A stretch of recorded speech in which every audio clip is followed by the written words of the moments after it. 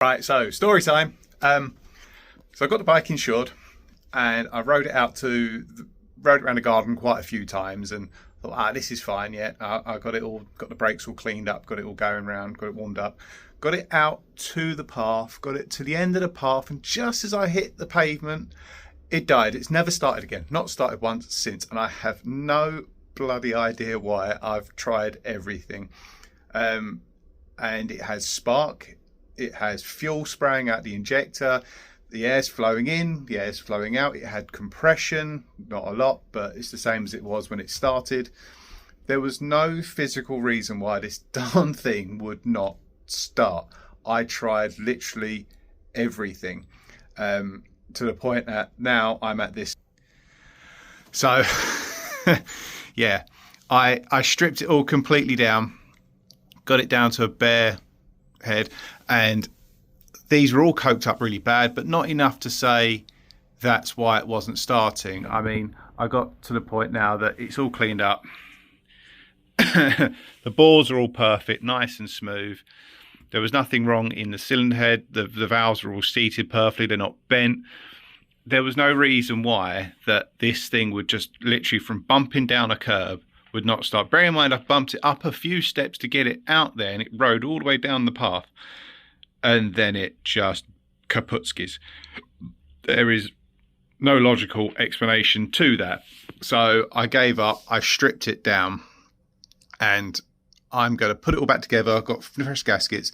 The only thing I found when I took it apart was whoever has had this engine apart in the past has, for some reason, just used loads of silicone sealant. Even on the metal head gasket, had silicone sealant around it, as opposed to actual, a new gasket. When the gasket sets are so cheap, and I can't find what I've just done with. Oh, there we go, losing all the gaskets. I mean, the gasket sets are cheap. I paid 25 quid for this one. It's not quite right for the bike, but it's the right one for the base gasket here, and it's the right one for the cylinder head, and there's the cylinder head gasket. It's the same thing. All these Chinese bikes are the same. It's an SK157 FMI engine. They all pretty much have the same. They're all based on an old Suzuki lump. What they did, Suzuki, was it the EN125 or something like that? So even a gasket from that would fit. To the point, the gaskets that I bought, that's a gasket that would go on there on the Suzuki engine, because that's the way it was bolted on the Suzuki engine. Some of them still have it, but all I needed was the head gasket, the cylinder base gasket, and I did need, and I'm just going to pray this fits, but I needed the gasket for there, and that looks right, doesn't it? So I've got a new gasket for that, because I've had that off trying to check everything as well. The only other mechanical thing I found wrong, they're the cam chain guides, and you can see someone's obviously been playing with the chain tensioner. The chain tensioners on these, that you have to wind them back, hold them in position, bolt them in place, and let them go. They ratchet out, but they don't go back in. So when people take them off, they just bolt them back in. That puts a lot of tension on that chain tension. You can see the chain just chewed through it and killed it. But you wind them in. There's a little, let's see if I can get you to see that. In there is a little flathead. Focus. There's a little flathead. You just unscrew the flathead and it pulls that in. And there is a special tool you can get that's a little T-bar that sort of goes on the flathead and across these, whichever ones you need, across those two, and it holds that in. Now I'm going to just make one out of a piece of old cam. Doesn't matter what. It doesn't need to be a lot of tension. It literally just winds in with ease. I mean, to the point of, let's see if I can just manhandle everything here. But this is an old lock picking tool I've got. I don't know if I can be able to do this. There we go, look. Let's put you there between my knees. There you go. So you literally just wind it one way or the other, and it, crud. Right, literally just wind it with no tension whatsoever. It doesn't take a lot of pressure. they wind in, and as I say, that you can see how that would sort of line up with those two there. So it's a little T-bar that would sit in across those. When you bolt it in and you release it, it comes out, but you see it doesn't go back in, so it will just push out to the right tension and hold itself. That's all they are. They're very simple, but people don't, you know that. They just pull them out and push them back in thinking it's a spring when it's not a spring. But there we go. Oh, look, you can see some of the silicone sealant I found everywhere. So I'm going to quickly launch this back together. The original base gasket, one of these, would have had a silicone sealant around it, but that feels like quite a nice feeling gasket. It doesn't feel too terrible. I'm just going to throw that on dry. I've cleaned all the surfaces off. They're all ready to go. And all I've got to do is realign the piston rings. I did also find some of these, not the rings themselves, but the oil squirter rings, the oil seal rings, they were all seized in place, so they've been all cleaned up. Right, let's throw this back together. Right, so there we go so far. So that's the base arm. So realign the piston rings as per, just Google it as a diagram. The compression rings opposite each other at like 3 and 9 o'clock. And then the oil rings just in thirds. So top, middle, bottom, right? Not hard. Throw that on. Remember, these are only like M6 bolts. So 10 Newton meters at most. So it's impossible to get an ever torque wrench. Just nip them up as you would a rocker cover bolt. They're only thin bolts, but remember, these are stainless steel. That's an aluminium thread. They won't snap. They will strip like anything. It's like putting, metal into plasticine. So go easy with them. Just nip them down. They're not holding the head on. They're just sealing around this gasket here that stops any oil leaks. This is a common spot to get an oil leak, and normally it's just because these bolts have rattled loose. Chinese, they rattle loose. So I've nipped them down to keep that in place. Popped the head on, kept the chain out. So that goes on, first chain guide. That goes on. Now it's time to put the second chain guide in, which literally just drops down in there, and it's held in place by the bolt there. So if you're bored one day, don't take that bolt out. It's holding your chain in place. So that's next to go on. Then the cam. I've got it still aligned at top dead center. I've stripped it down. That's your top dead center mark. There's no firing mark on this stator flywheel. It's just a top dead center mark. So you can see from top down, that's lined up with that. So my next job is chain guide, valves, chain guide, cam, get it aligned, and then throw in the rocker cover, because the rocker cover is what holds the cam in place. Stupid idea. Why not have a cam cover and then a set of caps? But it's Chinese. Right, so let's have a play with that. So I'll give you some light on the situation. So there's the top dead center mark for the crank. And if you look, you can see there's one marking there. Give you an angle. One mark in there. And they should line up with the cylinder head. I mean, it's just about, there's a bit of flex in it, but that's about as close as you're going to get. And you want the lobes pointing downwards, so that way you're on the compression stroke. Not that it matters. These engines spark twice and they blow fuel all the time. So it don't matter. There's no way of being 180 degrees out on the crank here, but this is the easiest way of doing it. If you put the cam lobes are pointing upwards, then as you try and bolt the cylinder head down, not the cylinder head, but the rocker cover down with the rocker arms in it, they're going to have a little bit of tension and they're going to try and push the valves a little bit. Because when you do the valve clearances, you do them on the compression stroke that they are both, it's in this position so that you've got that little bit of clearance. But when they're in the so it's suck, squeeze, bang, blow. So when it's in the what would you call that stroke? Like the exhaust stroke, they're always a little bit open. I have no idea why, but either way, that's why you do it. So suck, squeeze, bang, blow. Yeah, I've got it. So like that. Now I've got to torque down the head. Now I've got that. I've only thrown the cam in place. just so the chain's held up. This is very loose. You can see that. Need to move it around one tooth, pull it forward, wiggle the chain around and walk it around one tooth. But in the meantime, I can bolt the cylinder head down now, and we'll show you what happens after that. There we go, so that's that bolted on. I know I say it, and I say it all the time, that these parts are cheap, just replace them. So the base gasket was cheap, it came with the head gasket, cheap. Rocker cover gasket, I couldn't find one, so it's got a very thin smearing of silicone sealant. You can see it blubbing out there, but when it's dry, I'll clean it all off with a brush. But this is how, see look, I've got the chain tensioner just held on that flat, and now it's all back in place. You literally just release it, and that's the chain held in tension. No rattles, no bangs. Now here is the main one.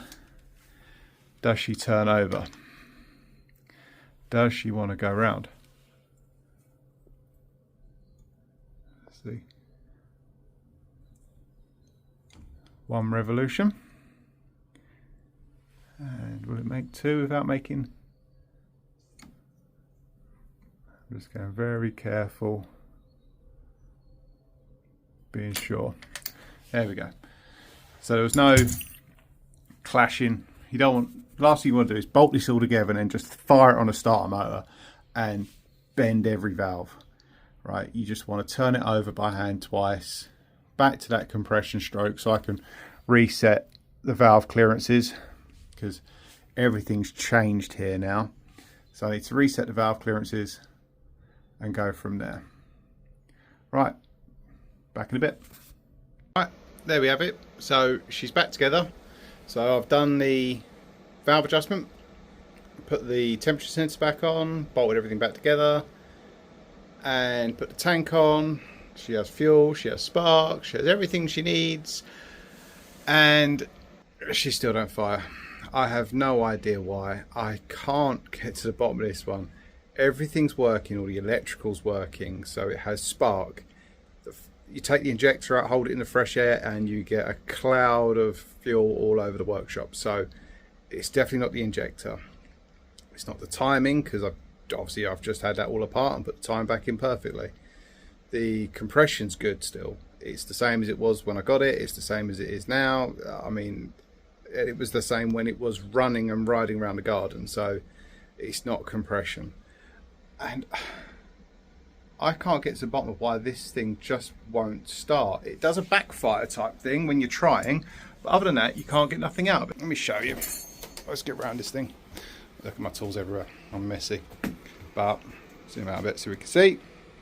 So turn her on. She's in neutral. She wants to fire.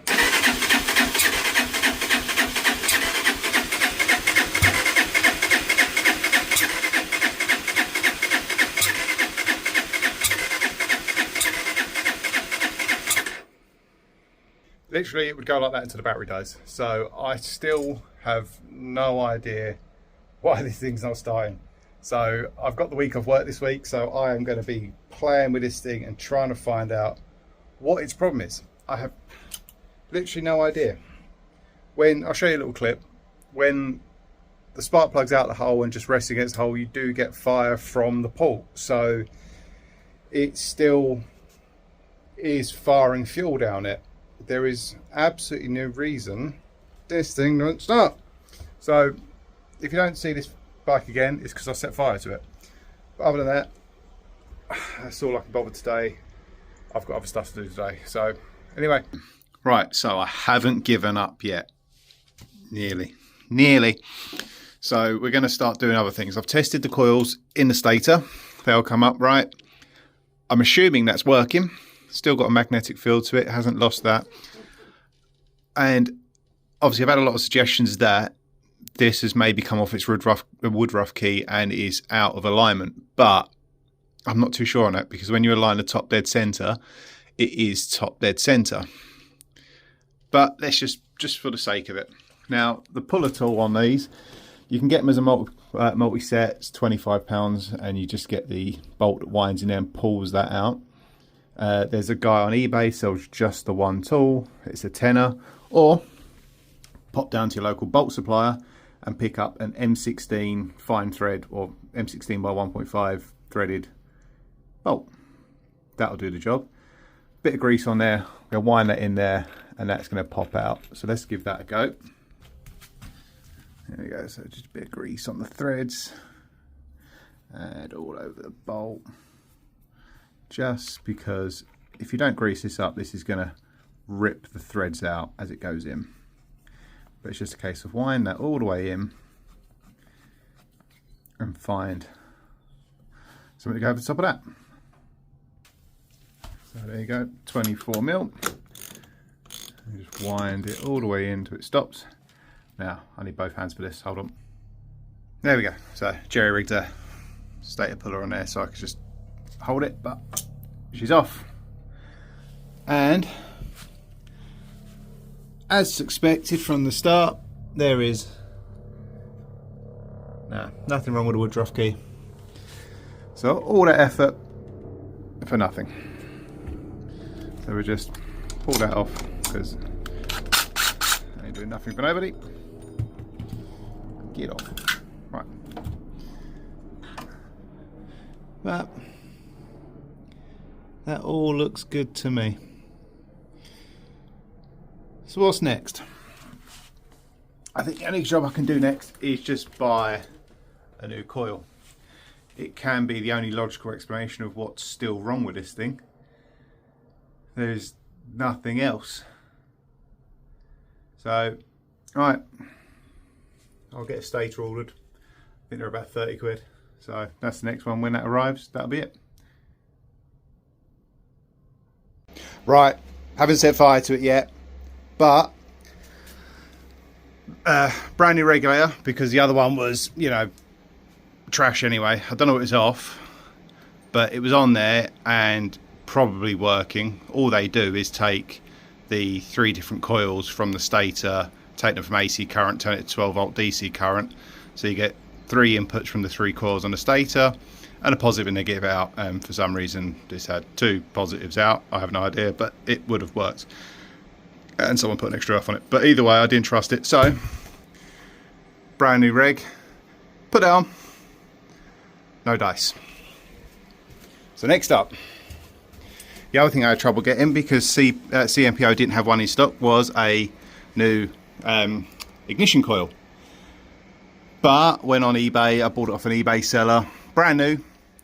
And do you know what? After all this trouble, all this grief,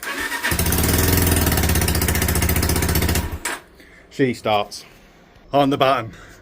And it was one of those things, I put the regulator on and tried to start it a few times and got butt kiss, got nothing. Get a bit annoyed, so I would have thought that was it. Put the coil on, and just as I hit the button, it went. It's alive. So all I need now is I need a gasket for the exhaust because that's blowing like crazy because I didn't have one in the kit, and as many as I have in stock, I don't have one for this bike. So I need to get an exhaust gasket. But oh my god, how relieved am I that after all this grief it's put me through, that now I can actually ride it again. This time I'll tax it. But now I've just got to tidy up all this mess. Go put the bike battery back on charge because that's dead because I've been trying to start it so many times over the past few days. But Mavis is fully charged anyway. I've had the battery charger out with Mavis on it. But there we go. I can actually ride this bloody bike. So the bump, literally all I did is take it from here. I rode it around the garden a lot. I went out the alleyway. I took her out to the street. Out the street, I live on a corner, so there's a big green, and you have to ride down the path, push down the path, and then I bumped it down the curb onto the road, and that's where it died. I've had spark. You've seen videos of it sparking. I've shown all my friends it was sparking, but I guess it just wasn't enough. So my own lesson learnt. Just because, oh, you're a bit dirty there. Just because a part looks like it's working doesn't mean it's actually working. I have always told myself that. Since my days of when I was in recovery, doing roadside recovery, my first day, I picked up a little black cab from I think it was Woolwich somewhere, and it was non-starting. RAC had been there, he'd tested everything. Okay, I'm trusting Mr. RAC, man, you know more than me, I'm just a recovery driver. And I picked up this black cab and I took it all the way into central London to get it to the LTI dealer, and for him to put that, literally push it off the truck. I got a few of them out to help push it into the workshop, and they said, no, it starts, mate. I said, what? He said, battery cable's loose. That was it, right? So I overthought everything. I've rebuilt, well, do you know what? It's not a problem. I've rebuilt the engine. That's not a problem. But a 20 quid coil. And just when I thought it might have been the coil, I've even replaced this HT lead, because I've got a ream of it somewhere. But that is a no good coil. I don't know if it's the coil. I don't know if it's the cap. But either way, something on that is trash. So that can go away. Right, now I've just got to tidy up, put her back together, stitch this video all together. I mean, it's going to take me a couple of hours because I've got a lot of rubbish on that I need to sort of tick through. But either way, thanks for watching. Problem over. See ya.